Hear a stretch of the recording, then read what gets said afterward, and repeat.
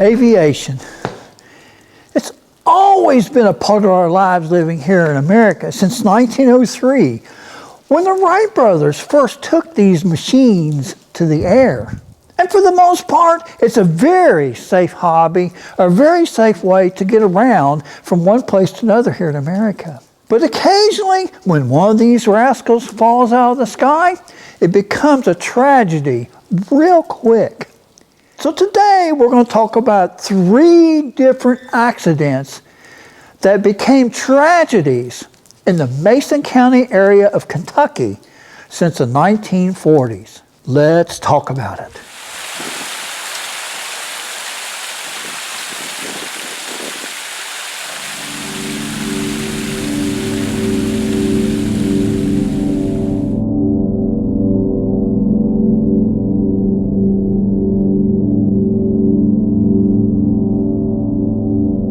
Saturday afternoon edition, Public Ledger.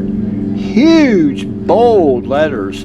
2 local boys burned to death in plane crash. Douglas Carpenter and Barbour Kilgus killed when plane crashes and burns. The 2 youth, school friends and veterans of World War II, where they both served in the United States Navy, met in downtown Maysville Saturday afternoon. After getting together downtown, the first location they decided to visit was the Maysville swimming pool, located on the corner of 2nd Street and Lexington. And this is what the Maysville swimming pool looks like today. It has been filled in, and it's currently a small park here in downtown Maysville. Once leaving the Maysville swimming pool, they decided to visit the Maysville Airport, which was located near Inland Container and East Kentucky Power Plant today. Mr. Kilgus, who had completed his flying lessons this spring and received his license, along with Carpenter, then made up their minds to go for a short flight. This was Mr. Carpenter's first time flying in an airplane. The Aranca airplane was owned by the Maysville Airport. It's designed for flight training and personal use, and specifically developed to compete with the popular Piper Cub. With Mr. Kilgus at the controls and Mr. Carpenter in the rear seat, they took off from the Maysville Airport, heading toward the Maysville Country Club, where the Chippeways golf tournament was in full swing.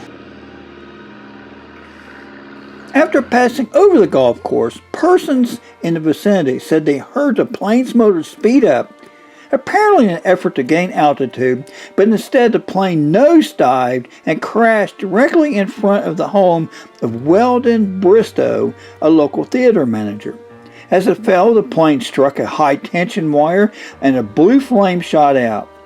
The instant the plane struck the ground, it burst into flames, with the youths being trapped inside the wreckage. The charred bodies were dragged from the still burning wreckage a half an hour later after the crash by Madison Breeze with the aid of a long-handled rake. Kilgus's body was removed and sent to the Knox Funeral Home. Carpenter's body was moved to J.W. Porter & Sons Funeral Home. Barbour Tom Kilgus, whose parents operated the C.F. Kilgus Pharmacy on Market Street and East 3rd, was born in Maysville on October 10, 1925. Kilgus's funeral was held at the Episcopal Church of the Nativity and had such a large crowd that some were unable to gain an entrance. Reverend W.R. Moody officiated. Leslie H. Arnold, Post number 13, American Legion, was Sergeant at Arms, conducted graveside rites at the Maysville Cemetery. During Carpenter's service during World War II, he was assigned to the cruiser USS Wilkes-Barre, which played such a heroic part fighting the flames after 2 kamikaze pilots hit the flat-top USS Bunker Hill during the war in the South Pacific. The visitation for Mr. Carpenter was held right here at his parents' house in the 800 block of East 2nd Street. After leaving the home of Carpenter's parents, his body was transferred to the J.W. Porter and Sons Funeral Home just a few blocks down the street. His service was at 2 p.m. Reverend Ralph Wood of Hazard officiated. The cause of the crash is not fully known. Both Mr. Kilgus and Mr. Carpenter are resting in peace in the Maysville, Kentucky cemetery.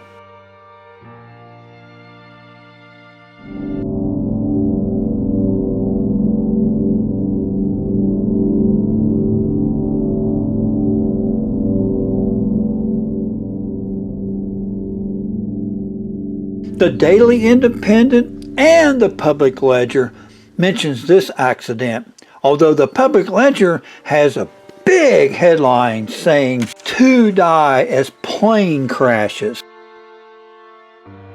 Richard Woodson Bouldin, 35, of Minerva, Kentucky, and Reverend Harold William Sharp, Jr., 24, of Wilmore, Kentucky, a ministerial student, were killed instantly when their plane plummeted 500 feet to crash on the farm of Mrs. Fred Adams on the Jersey Ridge Road. Both men took off from the Tyler Airport in Aberdeen, Ohio at 1:20 p.m.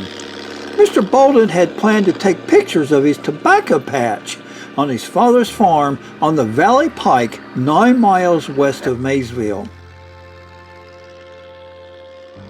Just a mere 10 minutes after liftoff, John Madden, a farmer whose farm adjoins the Adams farm, was working tobacco beds when he heard a plane sputtering, flying southwest from the river. He looked up, heard the motor catch again, then stall, and then nosedive straight into the ground from 500 feet. Several of the men reached the scene on Jersey Ridge Road almost immediately. Mr. Bouldin was seated in the front, Mr. Sharp in behind. The force of the dive had torn the instrument board from the plane and scattered wreckage for yards all around. The small plane's nose was straight into the ground, and the tail was sticking straight up in the air. Mr. Phillips grabbed the tail, pulled it down, revealing the bodies of both men. Mr. Bouldin was still in the seated position in the front, and Mr. Reverend Sharp was in the seat in the back. There was no evidence of fire. Mr. Bouldin was an experienced pilot and was said to have had 10,000 flying hours to his credit. Some recall that in years past he staged exhibition flights at the old reliable Germantown Fair. Mr. Bouldin graduated from Minerva High School in 1934, was a farmer, a World War II veteran, and airplane pilot for 18 years.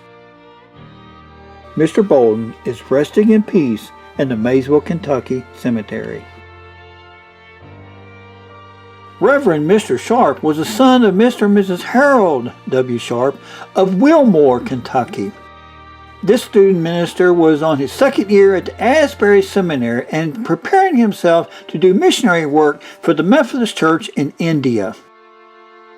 His body was taken to the Gunn, Kurtz, and Hager Funeral Home in Nicholasville, Kentucky, and is currently resting in peace in Marshall, Texas.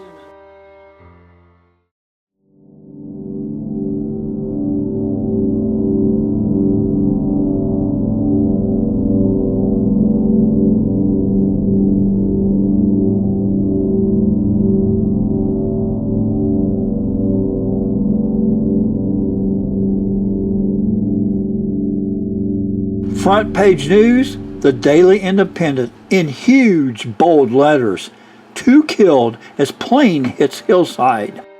Charles Arnold, 54, widely known wholesale beverage distributor, and the 39-year-old pilot of the prominent Maysvillians plane, Alan Red Doyle, perished at 8:15 a.m. Tuesday when the Cessna 182, which they had just taken off from Tyler Airport from Moorhead, nosed into a hillside 1,000 feet north of Kentucky 10, less than 2 miles west of Maysville.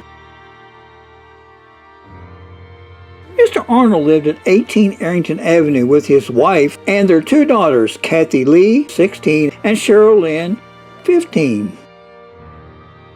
Mr. Arnold, who owned the Pepsi-Cola 10-county distributorship in this area since 1946, acquired the Old City Railway Transportation Barn at 1419 East 2nd Street in August of 1948. As a little boy playing at the Beechwood Park, located right over there, I still remember the beverage truck of the Arnold Distributing Company, which is in the old barn right there.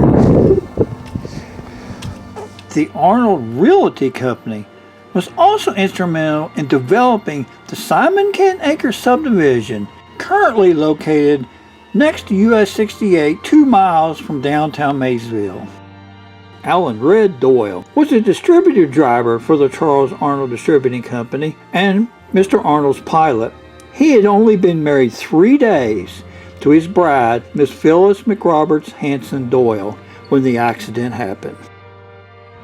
At 7:24 a.m. on 4 January 1966, Alan Doyle called Lunken Airport and talked to Miss Virginia Allen, whose basic duties is to give pre-flight briefings to pilots using the Federal Airways. He was advised at approximately 7:30 on the day that the weather conditions at Lunken were zero ceiling, sky obscured, and visibility 1/16 of a mile in a fog. The two men climbed into Mr. Arnold's Cessna 182, similar to the one you see pictured here, and opted to fly anyway. In a newspaper interview, Mrs. Arnold added, "I trusted Alan's flying implicitly and have flown with him many times." She felt they could have followed the river until they climbed out above the fog.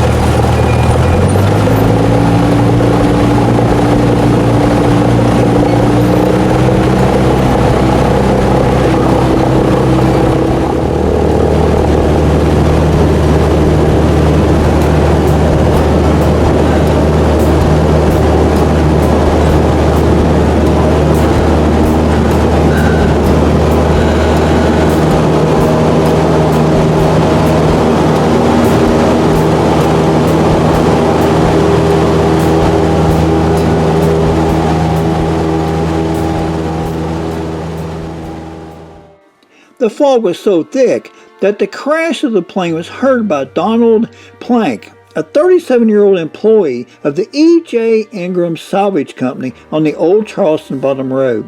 He stepped from the company's office and sighted the wreckage. Before running to the site, he called to Mr. Ingram to notify the police. The plane in its fall sheared off treetops as if clipped by a buzzsaw, and after hitting near the top of the hill, it slid down 50 feet and flipped over backwards, its tail caught up by a broken treetop.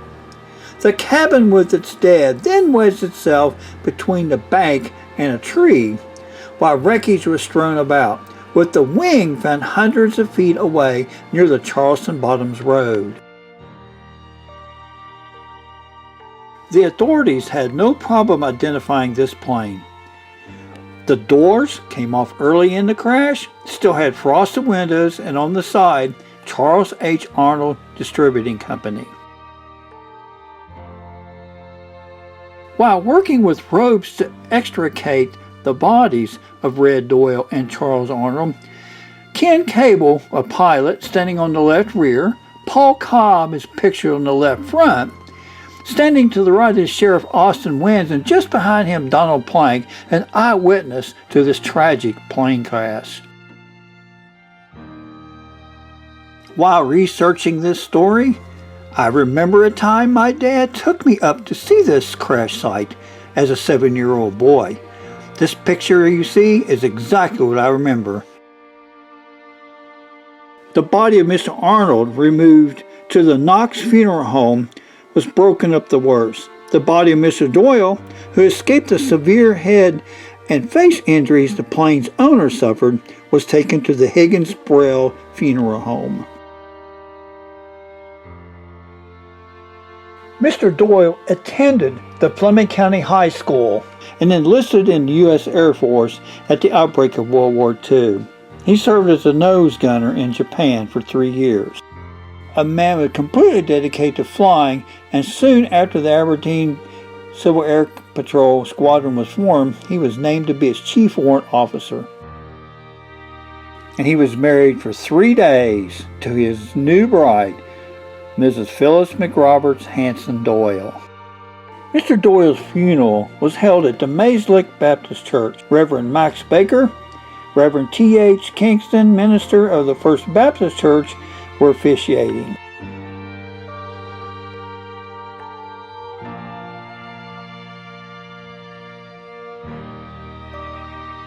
Mr. Arnold was a Kentucky colonel, an active member of the Maysville Rotary Club, a member of the Maysville Lodge No. 52, free and accepted Masons, a Scottish Rite Mason, and a Shriner, a member of the First Christian Church, a member of the Maysville Country Club, an ardent golfer. He was a member of the Men's Golf Committee, a member of the Buffalo District Boy Scout Committee.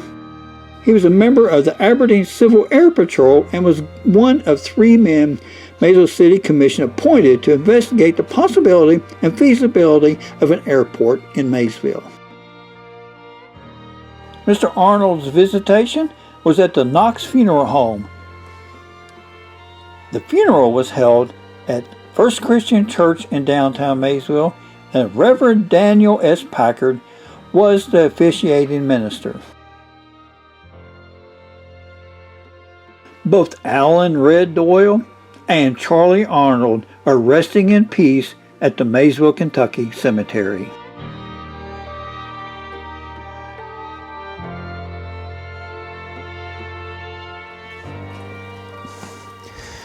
Three tragedies spanning a 20-year stretch here in the Mason County, Kentucky area. Fortunately, it's been almost 60 years since that last tragedy, which means the aviation industry has strived its best to keep things safer as they continue to fly. Let's just hope it stays that way for a long, long time. Thanks for watching. Remember, Jesus does love you. I am working on more historical things that's happened in the Mason County area to post in the near future. We'll catch you next time on Maysville, Kentucky, Simple Living.